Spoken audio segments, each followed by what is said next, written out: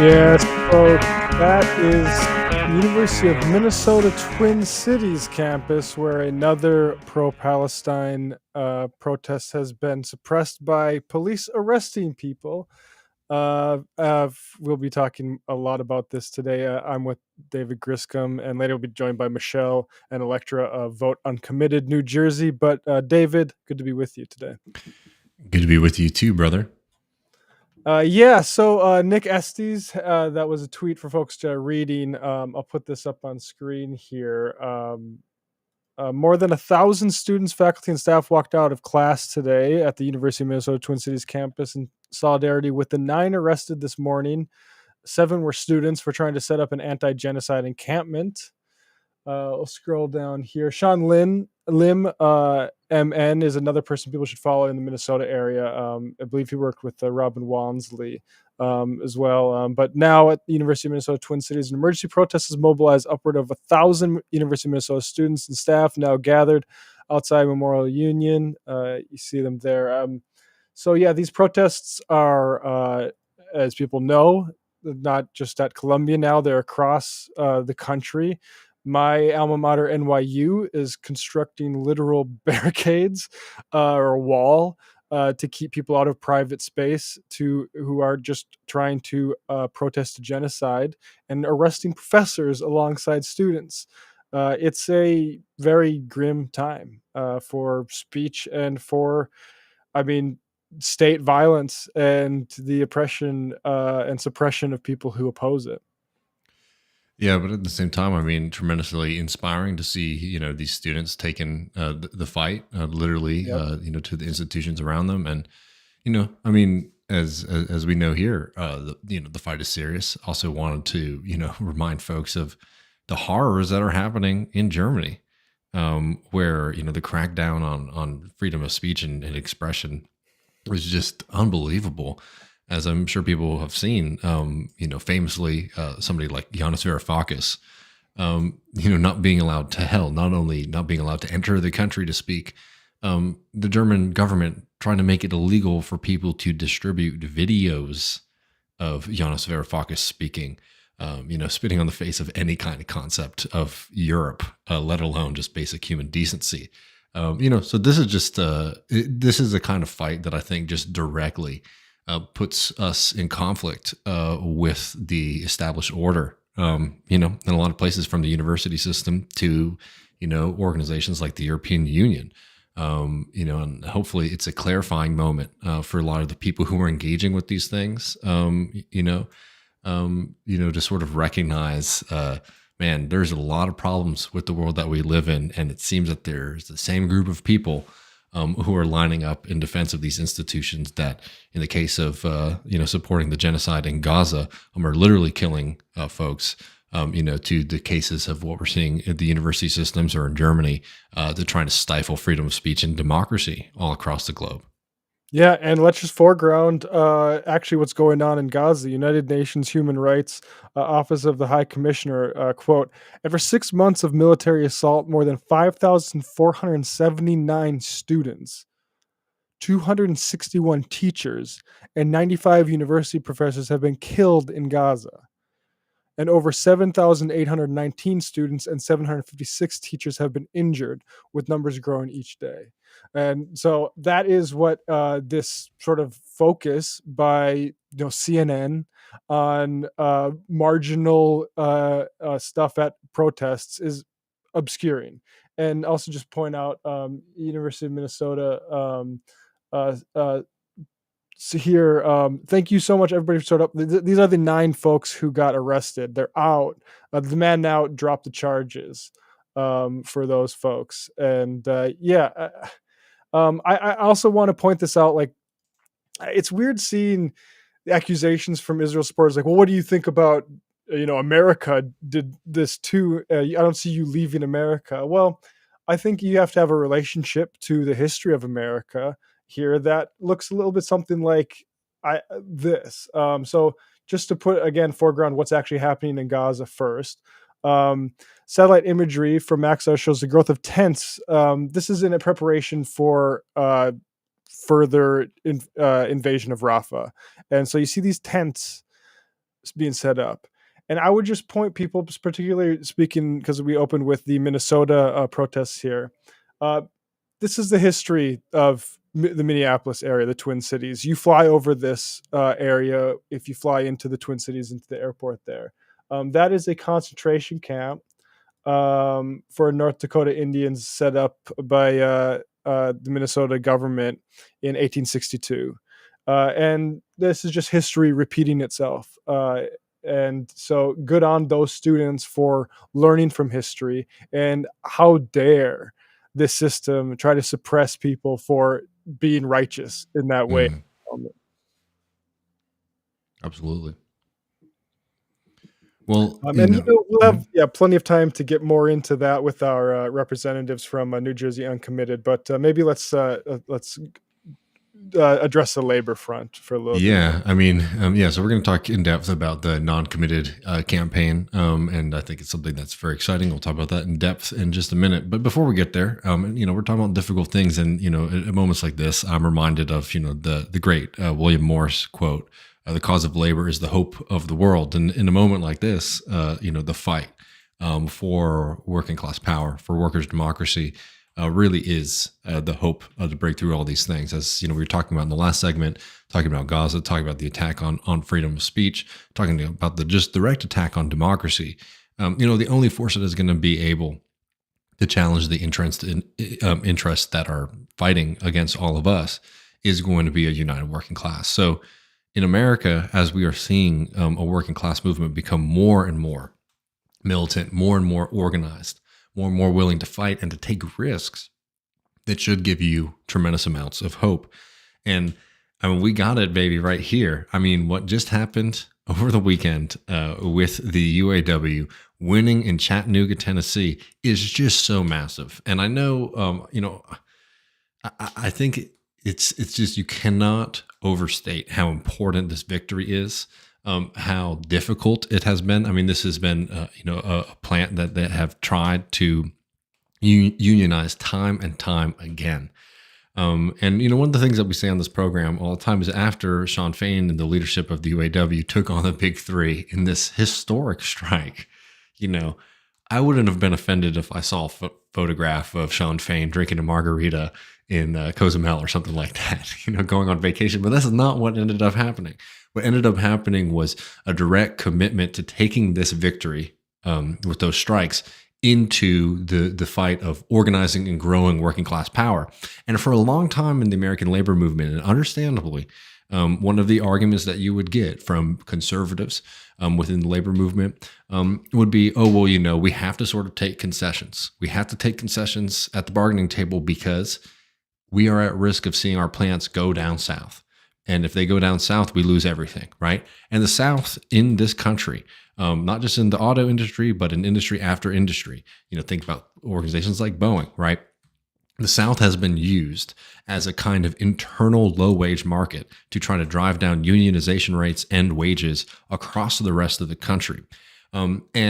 It's been extremely difficult to organize labor in the South, both today and throughout history, because of the entrenched power of capital within the government. We saw that very clearly here, where you had a bunch of Southern governors coming together and saying, a unionized future is a threat to our values. We'll get into that in just a second.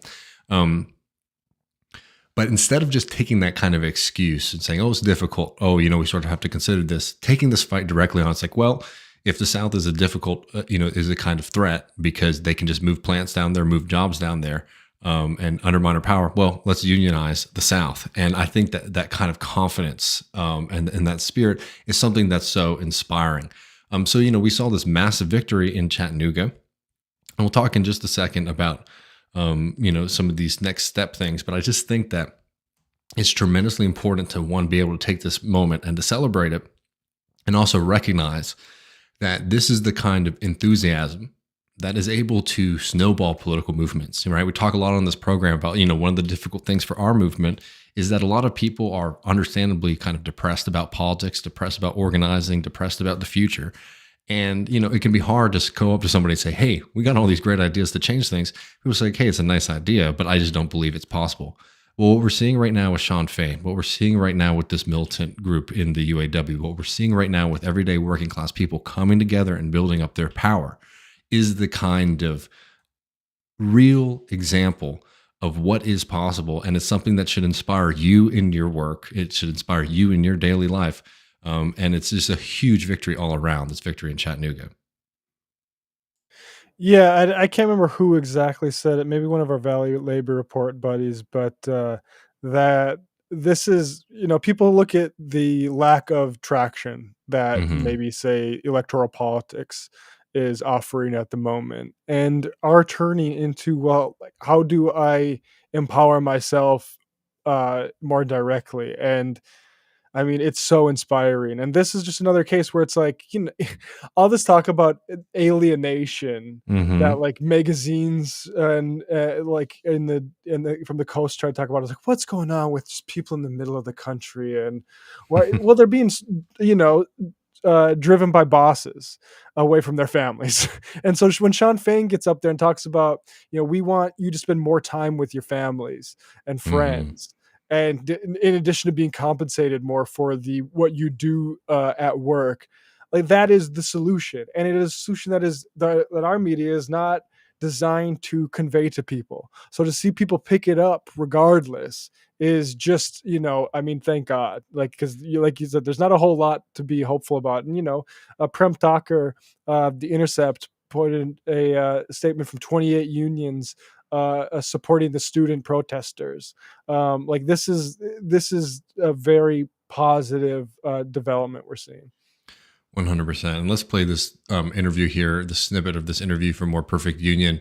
I'm going to put the link to this whole 22-minute interview up in the chat. It's very much worth your time, this conversation with Sean Fain. But let's just play this clip here. We saw a united front of 6 governors come out and say that a union win here would go against the very way of life in the South. What does it mean to have the first win after the big 3 happen in the South? I can't even really put it into words what it means. I really, it's going to take time for this to sink in, I think. But, and they're right. It is going to disturb their way of life. And when I say their, I mean the billionaire class and the corporate class, because all those 6 governors that wrote that letter, they're puppets for the corporate class. They don't give a damn about the people they represent. How can you stand there as an elected representative and tell workers you deserve less? We support an economy that abuses you so that these corporations can make more and more money on top of the already massive profits that your labor has created. I'm sorry, but I don't care what your party is. If that's what you believe, you don't give a damn about the people you represent. And at some point, those workers are going to realize that, and that's what needs to happen. But it's a shame that. I think it's a sign and it's a testament to how out of control, the wealth gap has went in this country and in this world. Three American families have as much wealth as the bottom 50% of Americans. I mean, think about that. Three families have as much wealth as half of Americans. That is criminal. And if that's what these governors support as a lifestyle like that, shame on them. Yeah, it's a great interview. Great interview there by a More Perfect Union, and just excellent from Sean Fain. Yeah, those stats of like how unequal society is. It's, the Piketty moment maybe in 2008 was sort of the height of that coming to surface, and it's interesting how that has aged, because at first it's like, oh, this is an interesting trivia, and it should be met as, this is a crime. This Hmm. is a problem to solve and urgently to address, and not something to like hope gets better. I mean, not to keep bringing up Gaza, but the Colombia lost a donor recently, Robert Kraft, the owner of the Patriots, because they revoked the card of that Shai Davidai business guy who's been going around calling students terrorists. Hmm. And I mean, it just goes to show, like, these sorts of this hyper inequality, it it explains a lot with regards to, like, whose priorities get mentioned, and what action do governments and stuff take, or administrations take. and the way to fight it is this. It is through these sorts of organizations. I mean, look, that class, they are threatened by your freedom, and they want to control your life. They want to take the things that you create. They want to take the money that you create while you're at work. They want to limit your ability to have a say in a large part of your life, which is what the time that you spend at work. They want to control your politicians, and they want to control your democracy. And a lot of politicians in both the Democratic and the Republican Party are more than happy to line up to the highest bidder. And I think recognizing that this class, its existence in its current form is just incompatible with living in a free society. I think this is something that more and more people are waking up to every day. And what is necessary is to build these kind of real independent organizations. The UAW is not beholden, to a political party like the Democratic Party, or to like a certain kind of establishment, right? They can play with those folks and maybe try to get things from them. But at the end of the day, they're there for everyday folks. And building up that power is really how you're going to get things to change. And the exciting thing is, like, first of all, one quick thing. That election was a landslide. It was not even close. Yeah. And I think that we just can't, forget to mention that. That was massive. Again, this is a facility that there have been multiple votes before that were unsuccessful. So getting that victory at that kind of margin is massive. That means not only, do you have what is necessary to create the union, you have a lot of people who are fired up to be in this institution and in this organization. Absolutely massive. 2, it's not the only one. It's not the only one that's going on right now. And we already got a next up, and that's the Mercedes plant, which is also very exciting because that has been organized via rank and file folks in the Mercedes plant who said, we want a union, and we're going to fight to create one. The UAW put out a really great video on this, a great interview here that I want to highlight. Because Mercedes is up next. I think it's May 13th. May 17th is when the vote is. So a couple weeks in the near future. And man, I was saying to Matt, it's like, man, if we could get a real domino, if we could get a real blitz of the South and really tackle that ruling class that has been harming so many Southern workers and workers all across the country, it would be massive, I think, for what the next few years look like politically in the labor field for this country. But let's play this for a second, because I think this is a really powerful video.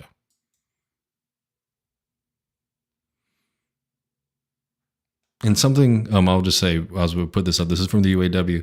It's something that's missing in so much of the media in this country. There's a lot of talks about like authenticity and all this kind of stuff. How often do you get to hear people talk about what their life is like, the daily life of working people, the vast majority of us, and what that experience is like? We get there's a lot of attention paid to a certain class of people. There's certain kinds of lives that are sort of reflected to us on television and things like that. It's really powerful when you get to hear what people's everyday experiences, even when it's difficult, because it gives us the kind of raw material that's necessary to change it. But let's play this here. Beyond fed up. We need this union. We don't want it, we need it. Because I know just about now, my rent is as much as my check. It makes me more than angry that I come in every day and I get dog tired just to be able to have a place to live. An incident occurred where the group leader didn't take any time out to try to investigate the situation. They more just took the team leader's side and punished the team member. They have their favorites, whatever they say goes, and there's no questions asked about it. We should be treated all as equal. I was raised in a sense, my mother told me you should give the same respect to the janitor as you would the president. Everyone is deserving of it. If you want your value, then you have to fight for it. That's exactly right. And I hope that, the UAW is successful in all of these campaigns. There's a spot up the road for me owned by a guy named Elon Musk that I'd really love to see a UAW victory there as well. Yeah. I mean, this is it. And it's funny, like there's like a book called like Man's Search for Meaning and like all these different things. It's like, this is it. Just like overthrowing kings in a previous era would have been what your life's meaning would be on sort of a broad scale. This is what life's meaning is now. It is all the investors and the executives that work for them. they don't just get to boss you around and discard you like nothing as you build like literal citadels of production for them, so they can like make luxury cars. Like we take control over it. Jean, hard to disagree. There's no way I respect the president as much as the janitor. I mean, no, that's a good Republican sentiment there, Jean. Well, the other way around, but no, totally. I think there's a lot of stuff that's going on that's very exciting. I think we lost Matt here. But I think that, like, I'll just say this in close, and then we're going to go to our interview where we're going to talk about Gaza and this push for a non-committed vote in the primary in New Jersey, and I believe also in Maryland. Two things that have been endorsed by the Democratic Socialists of America, which is, I think something that is really important, I think, for this movement. I mean, one thing that I've been saying for years is that we absolutely must be making sure that this movement, that the Democratic Socialist movement in this country, makes it explicitly clear that they do not stand with the leadership of the Democratic Party. I think that line gets blurred way too much. And participating in movements like this that are saying, hey, we're going to fight for democracy. We're going to fight for people's rights to be able to choose and for people to be able to say no to somebody like Joe Biden, who wants to support the mass slaughter of Palestinians, something that has been recognized as a genocide all across the globe. I think that that's something that is worth fighting for and really damn important. So we're going to go over to this conversation here that we had with two organizers with the Uncommitted campaign in New Jersey. And then Matt and I will be back and to talk about one more story and then go into the post game, which you can get access to at patreon.com/leftreckoning. We got some Patrick Bet David and a few other things there. You won't want to miss it. But without further ado, let's go to our conversation here.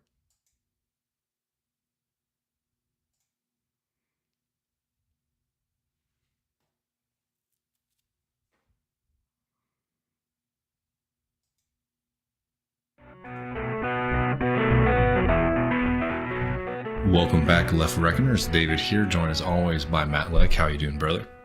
I'm doing good, David.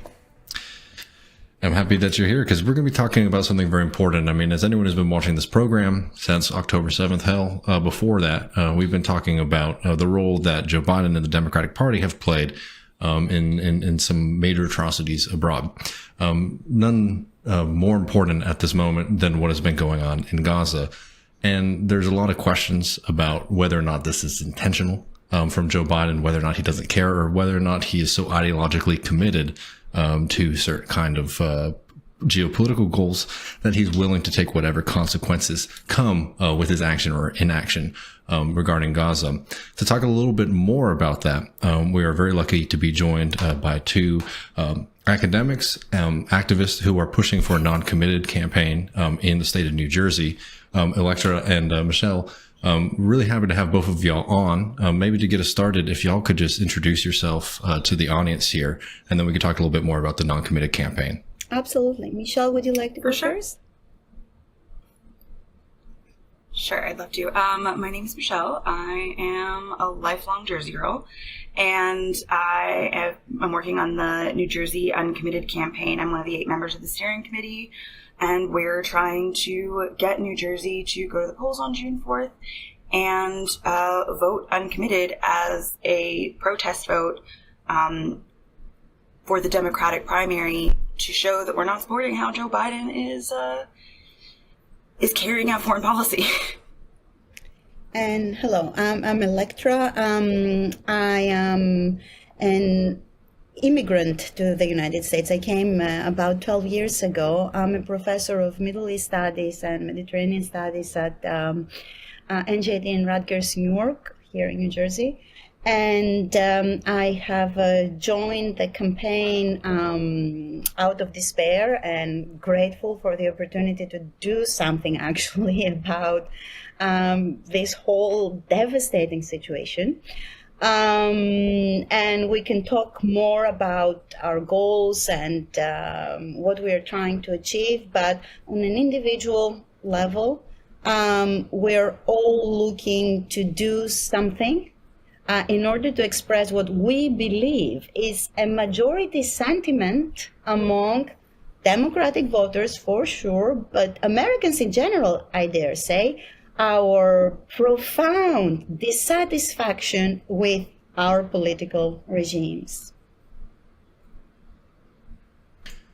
Yeah, I mean, on that, so obviously the campaign and the focus is to have a large number of people vote uncommitted, non-committed, to send a message. And I'm just wondering, briefly, just to get us started, if y'all could tell us what that message is. Let's say that we get what we want, high numbers. What is that message? What would you like that? How would you like that to be interpreted by Biden, by the Democratic Party, and also by Americans?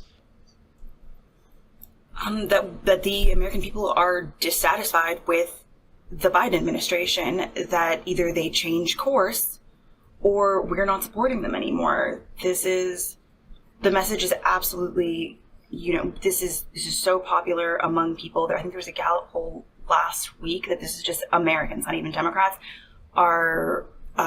it's less than 36% of the country supports Israel's military actions. And an extension of that is the United States, because we're the ones funding it. And if I may build on that, this is, I hope we would both agree, I think we would both agree that it's important to emphasize the dynamic character of that campaign, right? Everything started about a month ago. We were just a watch-up group at the beginning. People were trying to come together, and we're all overwhelmed with the atrocities that we're witnessing on a daily basis and the complete inability to do something.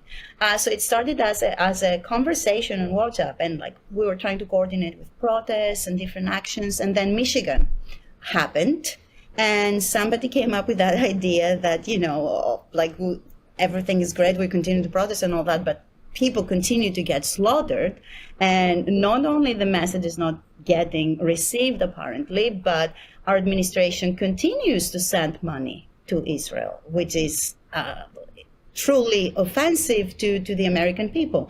So Michigan happened, and very spontaneously we decided to start a similar campaign in New Jersey, and in less than 2 weeks, in 1 week, we managed to put uncommitted on the ballot because it wasn't on the ballot before in New Jersey. So we collected the signatures, and Michelle is way more central than me in working daily to make that happen. So we have been canvassing, trying to just follow the bureaucratic process and put us on the ballot, and just deliver a message which wasn't a partisan message, and it's not a partisan message, and it's dynamic, right? So it's just an invitation for people to participate actively in the political process. And I feel like the message is changing as well, because as far as I am concerned, at least, a month ago, I was way more moderate about my approach to everything. Is Joe Biden going to get the message at some point and do the right thing? At this point, I think we are beyond any type of conversation, as far as I am concerned, as to whether this administration is salvageable or worth saving in any way. It's just a very clear statement as to the fact that we care about our democracy, naive as it might sound, and that it is not really their little business to abuse and just throw out the window.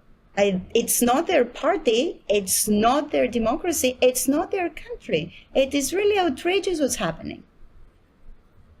So yeah, I'm curious to hear either. Oh, no, go I'm ahead. sorry. I'm not sure whether we answered the question as to what's the message. For now, it's an act of protest more than anything else, but it's a dynamic message, and we hope as we keep talking with more people, and it becomes abundantly clear that the majority of people seem to agree with us rather than the administration. Maybe it could become the beginning of something bigger than just a protest, a loud protest.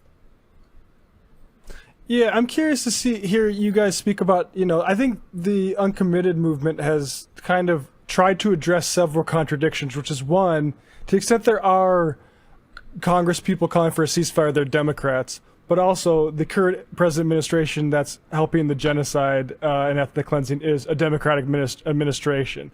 So I'm just curious to see you guys talk about, how you're trying to, because I do think like on the evil or dumb sort of like question, there are a lot of Democrats that would probably rather people that don't want Israel to continue ethnic cleansing to just sit out of politics entirely. But also, like, they have a pretty strong control of the party. So just talk about how this movement is trying to address those contradictions. I think that, like, I feel like the biggest contradiction is really that it's in the two-party system itself that, that there's nobody, why is it that we have two candidates for president and nobody likes them, and then and there's nothing that anybody can do about them? I think that this is a big step in the rejection from Democrats towards saying this isn't working, this doesn't make any sense, and we are all deeply unhappy with our political representation in this country. And also, at some point, we really need to start talking about laws and the legality of it all, because very real laws are violated. American laws, international laws. I mean, they don't even try to justify what's happening. The only attempt is denying the reality on the ground, trying to convince us somehow that what we all witness, and it's recorded on social media, and there is no question as to the record, is not happening. Kirby had the audacity again to stand in front of the nation the other day and to say that we will continue to send money to Israel despite the fact that it's against the law, right? Because according to American laws, even if there is an allegation of human rights violations abroad, we are not supposed to be shipping weapons, giving money, and supporting foreign governments in any way. If there is an allegation of human rights violations, and we are talking about a recorded genocide, the first in human history that is recorded live on social media, with the ICJ investigating, the international community being completely transformed by the intensity of that all. And they have the audacity to stand right in front of us and to say that they haven't noticed anything. 40,000 people slaughtered, 2 million people starved to death, 2 million people displaced as they're preparing now to attack Rafah as well, with the pictures of cruelty, making all of us, mentally sick, really, as we're witnessing this whole thing. But they have the audacity to stand in front of the nation and say that we haven't seen anything. There's no proof of any human rights violations. And thereby will continue to support Israel. And this is bipartisan. I want to highlight that, the Mike Johnson betrayal, or whatever you want to call it, because regardless of where we are, what motivates us, right, ideologically speaking, I think there is an overall consensus in this country that Americans do not want war. We do not want to participate in any conflicts, and that across the conservative voting base and the Democratic voting base, and most important, we do not want to continue sending billions to finance these conflicts. As case in point, 95 billions that was just presented to the House by Mike Johnson, who was appointed, by the way, to do the exact opposite. So there is outrage among Republicans. I mean, we may disagree on many things, but we seem to agree on that. There is outrage among Democrats. And the question emerges, whose country is this country? Whose democracy is this democracy? Whose money is the money that is shipped to these endless wars, right, by the billions, to murdered babies and commit atrocities from which humanity will struggle to recover? It's really difficult to accept that this is happening and that the people who allegedly represent us don't even try to entertain the idea that their voters deserve an answer other than just lying and denying the truth. It's shocking to me. I feel like there's a lot of things that are happening right now that are, like a bunch of things are coming to a head at once. I think that social media is a huge part of it. I think that also like the country, the cost of living going up, and being ridiculous. And I think there's like very much a feeling happening right now that, these wars, this is why we can't have nice things in the United States. Like, this is why we can't have universal health care. This is why we can't have, like, daycare programs the way that a lot of Europe does. And I think people are really angry about it. Mm-hmm. And I mean, I think this really gets to the heart of like a lot of fundamental problems in American politics where, look, I mean, just been my whole life, for example, here in Texas, where like, the Democratic Party here has been, has lost for 30 years plus, right? But, they always do every time it's election time, they sort of point toward the Republican Party. They're like, hey, those are the really bad guys. Those are really bad guys. Instead of, maybe running on an option, something that might be mobilizing or motivating to folks, to try to, and we're seeing this now happen on the national stage. In the past few presidential cycles, at least, it's been a lot of like, the Republicans are really bad. Donald Trump is really bad. And hell yeah, they are. Absolutely. But, that has also allowed the Democratic Party to get to a point where Joe Biden is literally enabling a genocide. And we'll go out there and, and basically the response from a lot of people who are loyal to the Democratic Party is like, well, if you start criticizing this party, you are only enabling the right. And effectively what that ends up doing is creating a foreign policy. And as you were just saying, Michelle, in my opinion, like a national policy that doesn't really reflect the views of everyday Americans at all. I completely agree with you. And I feel like with a lot of people are tired of being, like the left especially, they're being tired of being held hostage by the Democrats because the Democrats are constantly leaning towards the center to try and make the center happy because they feel confident that the left is never going to abandon them. Because there is no like formal party that's further left. And so I think that we have to start showing the Democratic Party that we are willing to say, if you do not change, I am not going to stick around here. Because this doesn't represent me.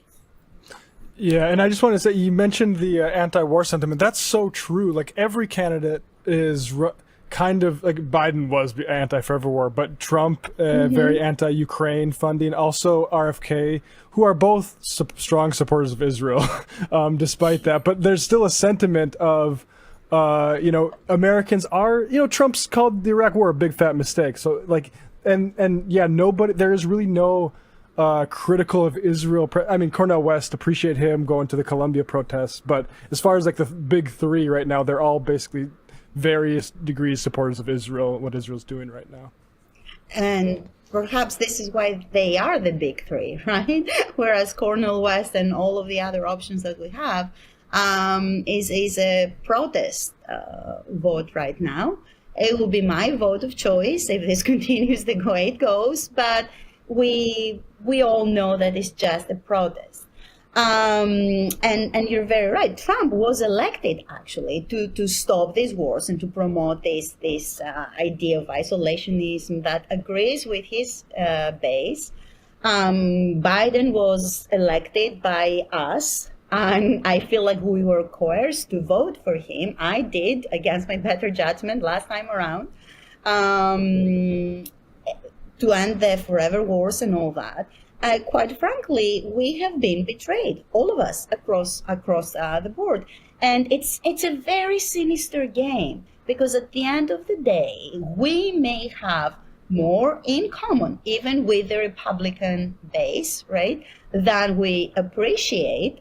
But we're all stuck in this discussion about the culture wars or reproductive rights that very conveniently the Biden administration let reach the point of like the horrific legislations that we see issued right now. And they're very happy that this is happening because, as you said, that's their only argument. Look what the Republicans are doing. This is not a campaign. This is not a political argument. And I feel that most Americans would agree that they want healthcare and education. I'm not sure Republicans at this point would be against healthcare and education, access to healthcare and education. I think that even migration that is again weaponized by both of them. And we have Biden going to the border and asking Trump to work with him because at the end of the day, they want the same thing. Like on all the issues, I think that we, the voters, we may have way more in common among ourselves, but it is abundantly clear that we're not represented by either of these two parties or candidates such as Kennedy, who was presenting himself as a rebel and an anti-war candidate, only to become, the most to go for like, I'm sorry, it's almost like the cliche in American politics is just to be steadfast in support of Israel. I mean, I'm even bigger support than the other two, right? As if that's ridiculous. And quite frankly, to me, it shows, among other things, back to the debate about like, are they just stupid or is it just, some conspiracy going around, that it shows really bad political instincts. Are you paying attention to the country? Because quite frankly, somebody with some basic understanding of what's happening could really benefit on a personal level as well by doing the surprising thing of giving the voters something they're asking for instead of completely disregarding them. Yeah, Charlie, I think... Go ahead, Michelle. Do you know how bad you have to have screwed up that you have motivated Americans to vote based on foreign policy? That doesn't happen. We don't do that. Yeah, and even like Republicans, I've seen it, that while a majority might still sort of support weapons transfers to Israel, it's not, 70-30 like it used to be. It's closer to 60-40, 55-45. And yeah, I agree. Like, it'd be nice to see a new crop of anti-Zionist politicians come in and maybe show a little bit more backbone on this stuff too, in addition to like what the message we want to send in a presidential election. And a big part of that Republican group is like just Zionist evangelicals, which is a whole like separate category in and of itself, because we have some like different levels of lunacy there that, you want to trigger the second coming and all of that, like actively, that's the active message. But among Republicans who have been convinced that somehow the Democratic establishment is to be blamed for everything by Trump, although Trump didn't do much to change, right, the main issues that Republicans care about. I don't think they care about Israel either way. And most people, when they realize what's happening, right, when they do understand that indeed there are 40,000 people that are slaughtered, most of them women and children, I really don't think that ordinary working class Americans draw satisfaction from the slaughter of babies in their cribs. I really struggle to accept that. And honestly, they would have gotten away with it if it wasn't for social media. And now I don't think it's a coincidence that they're trying to ban TikTok all of a sudden. And that Instagram now has a feature where it automatically turns off political content on your feed unless you turn it back on. Like those don't sound like coincidences to me.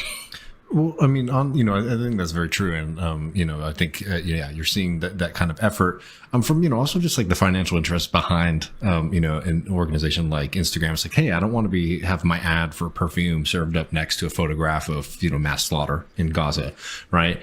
So there is this kind of push, I think, to, reduce the amount of conversations about this. Two, trying to intimidate folks. And I think one of the major sites of struggle in the U.S. at least has been, the university system. And I'd like to talk a little bit about that in the last few minutes with y'all, because, Matt and I have been doing this for a while, and we've talked all about, we've had multiple kind of bubbling up of, conversations about campus politics, right? Oh, have the universities become too woke? Are the universities anti-free speech? All this kind of stuff, right? And we don't have time to get into all of that right now, but I will say that, in my experience when I was an undergrad, I was in organizations called Students for Justice in Palestine. And do you know what group was the one that always had a difficult time, being able to make sure that our events were allowed to happen, that we weren't getting threatened by the university administration? It was, Students for Justice in Palestine, not the other groups, right? And it's not something that's new, for example, like attacking people for speaking for Palestinian human rights and dignity and that kind of thing. But because of the sheer amount and the focus on it right now, I mean, we're seeing really brutal examples across the country when it comes to freedom of conscience, freedom of speech, and just academic integrity in the first place. And I was just curious for both of y'all, with your experience, what y'all's thoughts are as to why, the university has been such a site, and also, what you're sort of looking at right now when you see these kind of crackdowns from university officials or outside figures even. I think that there's been so much movement in even within just organizing for the Uncommitted campaign, so much of the support that we got immediately. So many of the groups that were immediately reaching out and saying how can we help? What do you need from us? Have been the Students for Justice in Palestine. I think that they see that these are groups of people that are they are ready to mobilize. They are ready to fight this. And I think that there is a fear of the influence that these students are able to have. And that's why they're coming down so hard on them. Because I think that if they didn't think that it would make a difference, then they would have just let it slide. The problem is that they are worried that it is going to make a difference and they don't want it to. I fully agree with Michelle, and I feel that they didn't see that coming, right? Because we have unprecedented mobilizations almost everywhere. Universities are divesting. Here, Rutgers faculty and student voted by 75% to divest just last week. We have the iconic mobilizations at Columbia unfolding as we speak. And I don't remember anything like that happening in the U.S., not only in our lifetime, but ever since the 60s, according to the historical record. So these are unprecedented developments. And we see, as Michelle said, the students rising up everywhere. And social media and the new platforms that we have and the new types of literacy and education, right, which is challenging Ivy League walls and the academic barriers that we had up until recently. It's a new type of street literacy, if you like, thanks to social media and the very dynamic youth movements. So these are unprecedented developments, and I believe that on the end of the establishment, whether we're talking about the academic establishment or the political establishment and corporate media, they didn't see it coming, and they don't know what to do about this. And when a system is in crisis and when a regime is shattered from within, they always respond with oppression and violence. This is a sign of weakness. It's not a sign of strength, anyway. You look at it. So we are outraged and we're worried. We're worried because we see people getting fired, intimidated, silenced, but we're also encouraged because the wall is falling, right? This wall that as a metaphor of intimidation that they are trying to build is collapsing right in front of their very eyes. At Columbia, they arrested 100 students, and then 300 students were there the next day to continue the protest. And at some point today, the faculty was coming out in big numbers to support their students. And in many universities, we have all signed a pledge to support our students and to take their side and to protect them. And if they are going to arrest somebody, they should arrest all of us, really. So then when you're faced with the numbers, right, among students and faculty and people from all walks of life saying no to this campaign of gaslighting and intimidation, I don't see how it can be successful. So there is hope in there, entailed therein. Yeah.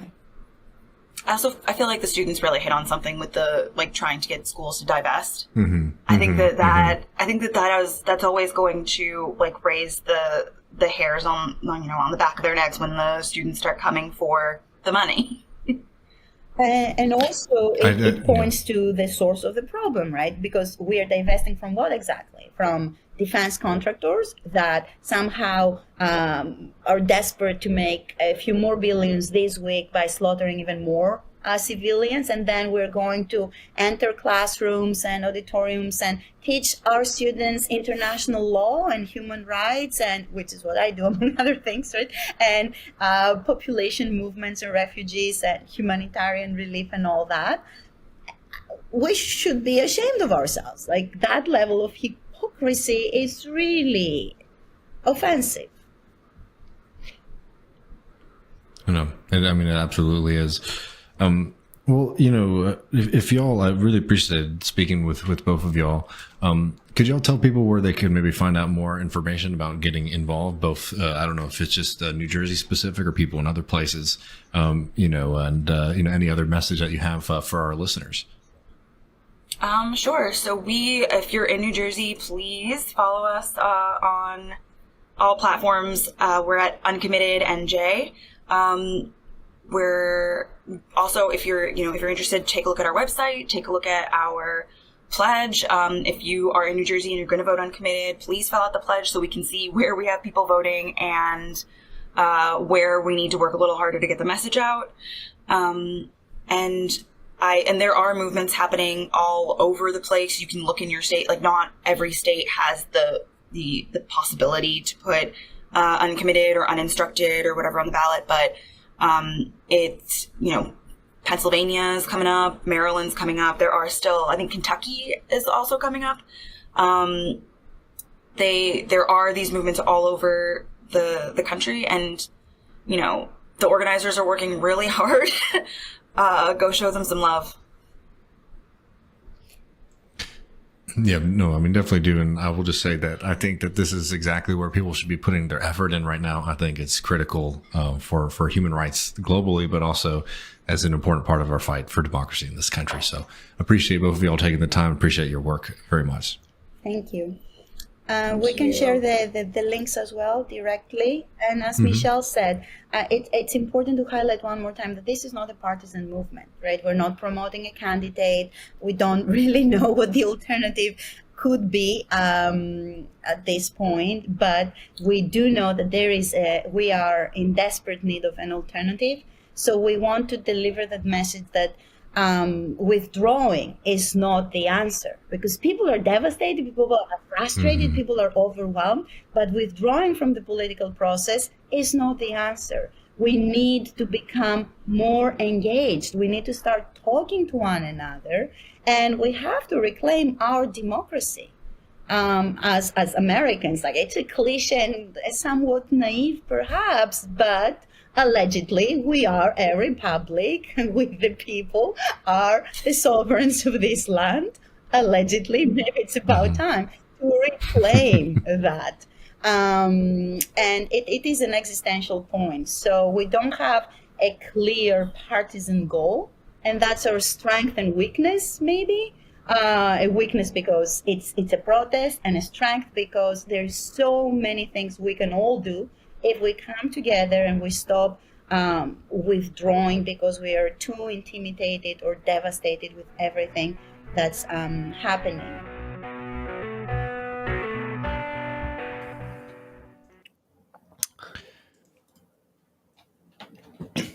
Yeah, folks, and we have another chunk of that interview coming up in just a little bit for you. Yeah, in the post game. We'll have more on that and talking about the state of American democracy, the problem of Joe Biden in the postgame, patreon.com/leftreckon and get access to that. But this is something that I think is just exceptionally important for people to be supporting, as we said in that video, because at this point, there really are limited options. You look at somebody like Marianne Williamson, who effectively, is backing a lot of the stuff going on in Gaza, has not been somebody who's been strong on this question. It's just this is the place to be sort of uncommitted is the way to sort of make sure that there's a tally versus just a kind of resignation from a lot of folks. And yeah, I mean, getting out there and hooking up with like these groups right now is just really important for the fight we need, just broadly speaking. And it's very inspiring and scary. But I also think, like, I appreciate getting people on that are closer to this sort of organizing, when they say things like, while it's scary, there's also cause for optimism, the reception we're receiving. Because it's a really difficult thing. There's plenty of things that are really dark on the horizon, and or just presently being hit with, and the type of lashing out that we're seeing from the press, from the administrators, is just but I do think like a sign of weakness, and people can organize for, hopefully, to try to beat this. And yeah, I really am inspired by all the people who have at least tried something here. And on that, before we go to the post game, there's just one more story I wanted to cover here, which is something local. As people who've been following this program, follow my writing in places like Jacobin Magazine know, I've been writing about the attacks by the Republican Party here in the state of Texas on democracy. From things like HB 2127, which is a law that's basically set up to prevent cities and localities from being able to pass basic legislation on things like ensuring that workers get water breaks, making sure that we can put in environmental protections if we want them, making sure that city government and elections matter. The part of the government that's closest to the people is the local government. And it's been something that the Republican Party here is very afraid of, because despite how much money they try to pump into these races, despite all of the endorsements from little freaks like Elon Musk and Barry Weiss, cities like Austin, Texas don't want to support reactionaries for elected office. And here in Austin, one of the people who has been a constant target of the right, of Elon Musk, of Barry Weiss, is our district attorney, Jose Garza. Jose Garza is now, has won 2 major elections here. He won the primary recently here in Austin, where, as I've noted time and time again, but I think it's worth looking at the rogues gallery supporting him, people like Elon Musk and Barry Weiss, who I have a feeling probably aren't registered to vote in the Travis County area, but, made a big deal about, opposing Jose Garza because of the anarchy that he's bringing into the city. Well, Jose Garza completely trounced his opponent. I mean, trounced, when overwhelmingly, and it's good to live in a city where a Willie Nelson endorsement is more important than an Elon Musk or a Barry Weiss one. But anyways, I wish I was just bringing this up to brag about past victories, because this victory is under threat. As I was opened with, the Texas legislature has been trying to wage war on cities and localities in the state of Texas. And the most recent example of that is this new attempt to try to unseat, to remove Jose Garza, again, somebody who won an election by a landslide, remove them from their position of district attorney under what's called the rogue prosecutor law. And that's an attempt, again, by the Republicans to try to take control of parts of the state that they don't control, which are the cities and where the vast majority of Texans live. And a judge here has accepted this petition. I'll just read the headline here. Travis County District Attorney faces removal attempt under Texas rogue prosecutor's law. A county resident accuses Jose Garza of indiscriminately pressing charges against law enforcement and refusing to prosecute certain crimes. Which, by the way, that's what the way that the law is phrased. What people are mad about is, for example, in Austin, the public servant, our attorney, the district attorney here, doesn't want to waste our time and money throwing people in jail for low-level possession of marijuana. And that's something that's really pissed off the Travis County GOP, the state-level GOP. They want to see more people behind bars. So they're trying to get this person removed. It's obvious this is a far right movement. This is the big money movement trying to weaken the success of a lot of progressive organizers on the local level here in Austin, just like there's been success in San Antonio, Dallas, Houston, El Paso, across the board. This is an attempt to try to weaken the ability of Texans to have a say in their communities, in their towns, and in their counties. And again, the people have spoken. I think that what matters more to me than anything is what does the average voter in Travis County think? Who they want to represent them, or should it be some psychopaths who very much want to take away your ability to have a say over these kind of things? So we can get into the lawsuit, and maybe we will later. It's very much, and it's very clear that this is not some kind of genuine attempt. When they passed this law, everyone knew exactly who was being targeted, and it was Jose Garza, because they can't beat him at the ballot box. So they're trying to find other ways to get him out of power and to deny people their rights. So we'll be watching that a lot in this program. I know, Matt, you probably have something to add here, but it's just another clear example of why you can't kind of sit on your hands about these fights for freedom of speech, for democracy in this country, because there's a lot of forces out there that we've been talking about all night that want to deny those kind of basic facts of living in a democracy. Yeah, well, a couple things. First, do you have your tweet that was very funny about people being afraid to come into Austin now? Yeah, But I it. would reference our interview with Elektra Kostopoulou about progressive prosecutors and some of the pitfalls that they may run into if they want to actually be a progressive prosecutor. And one of the things he said is that exact thing is, they will come at you with a recall or something if you don't prosecute certain crimes. So this is very much just how these sorts of efforts are threatened. So yeah, I guess foreseen, and hopefully it works out. Also, just as you mentioned, Barry Weiss. Do you see what Barry Weiss called her university? Barry's Bovine University of Austin, Dallas, which Oh, that's nice. So yeah, they're having to call it that because they're basically hanging out in Harlan Crow's basement.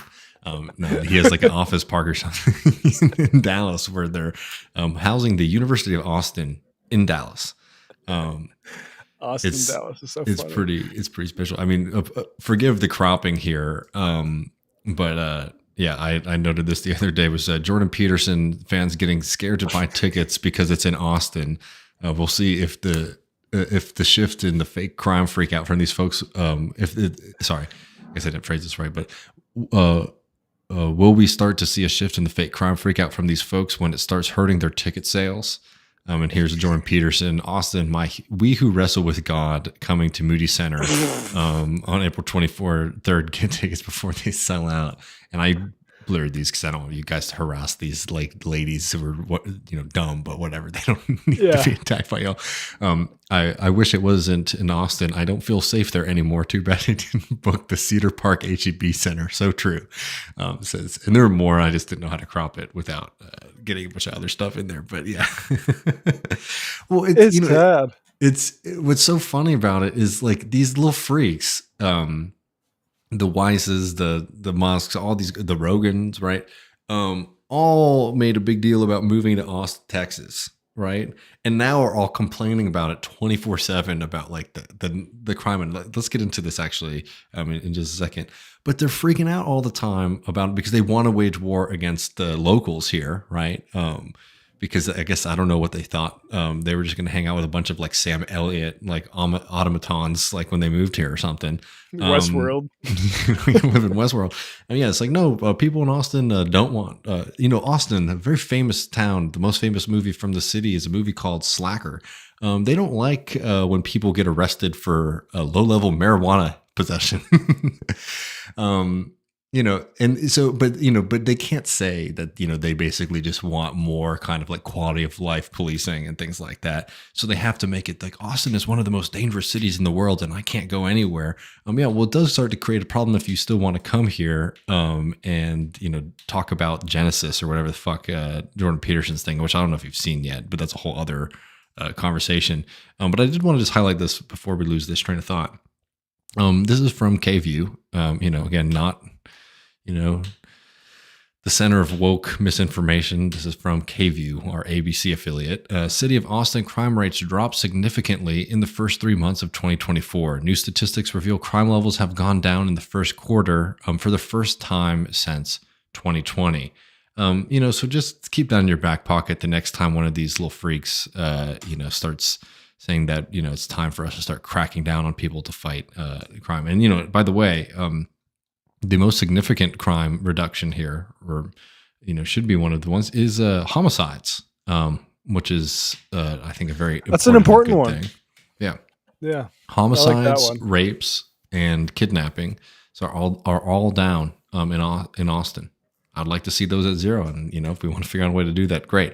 But you can't sit here and say that some of the strategies that have been put into place recently haven't been having the intended effect of making this place a safer and better place for all of us to live. So all of the little assholes trying to ruin my home.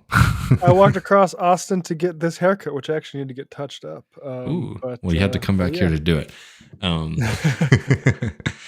Yeah. Anyway, I mean, I'm sure we'll have more on that. It's just the unreality of the way that these people talk about places like Austin or all these other cities is just truly, truly maddening. But I think Austin, there is something about it when all these guys are making a big deal about like moving there from California or from all those other places. And then they try to do the same thing here, regardless of what the facts on the ground are, truly is something else. Yeah. Jordan Peterson's new thing, by the way, Matt, I don't know if you've seen it. He was writing a book that's highly influenced by Genesis, the book of Genesis. And I'm honestly looking forward to it. I watched some of the clips that he's put out. It's truly unhinged. And I do wonder, I think we were talking about this privately, how like Jordan Peterson has been like replying to people. He replied to our friend Luke Savage with a haiku recently. And, Jordan Peterson is just like a little bit too much of like a fancy pants academic for his own good.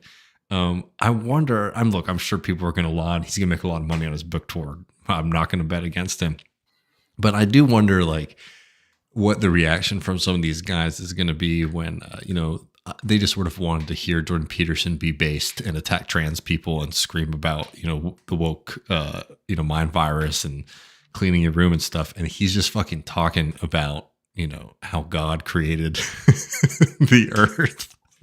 Yeah. In a week. Look, I'm very much in the school of Dennis Prager when it comes to Genesis and his rational Bible, Genesis, God, creation, and destruction. Personally, so it's going to be tough to move me off of that mount.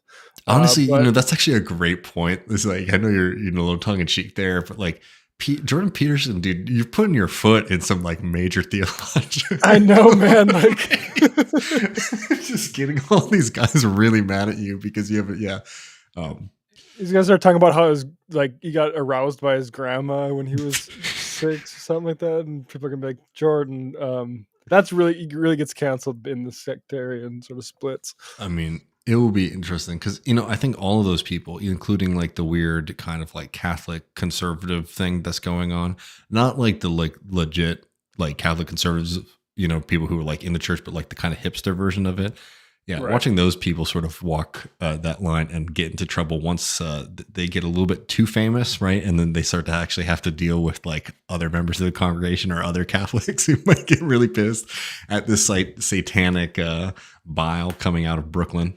They're gonna have to start their own new like their own new. They're gonna have to leave the church because they're not gonna have another Reformation. Exactly. Let's start their own one that's safe for like them, like absolute interlopers. Oh Lord. Well, I think on that, Matt and I are going to go over to the post game patreon.com/leftreckoning. We got a short little bit, the second part of that interview where we talk a little bit more in depth, some juicy stuff about Joe Biden, the Democratic Party and the Republican Party. You won't want to miss it. Patreon.com/leftreckoning to get it. And then Matt and I are going to talk about Patrick Bet David. And as people who've been watching the post games know, Matt and I have been getting a lot of valuetainment recently, but we have to ask the question, could he lose the mantle? Could he get dethroned as the valuetainer in chief? Is there a greater valuetainer? He might get in trouble here. So you don't want to miss that. Patreon.com/Left Reckoning. Thanks everybody for listening to this program. There are links below to get involved with the Uncommitted campaign. Please look into it. New Jersey and in Maryland, that fight is happening. It's really damn important. So yeah, come see us in the postgame, friends, and take care. Peace.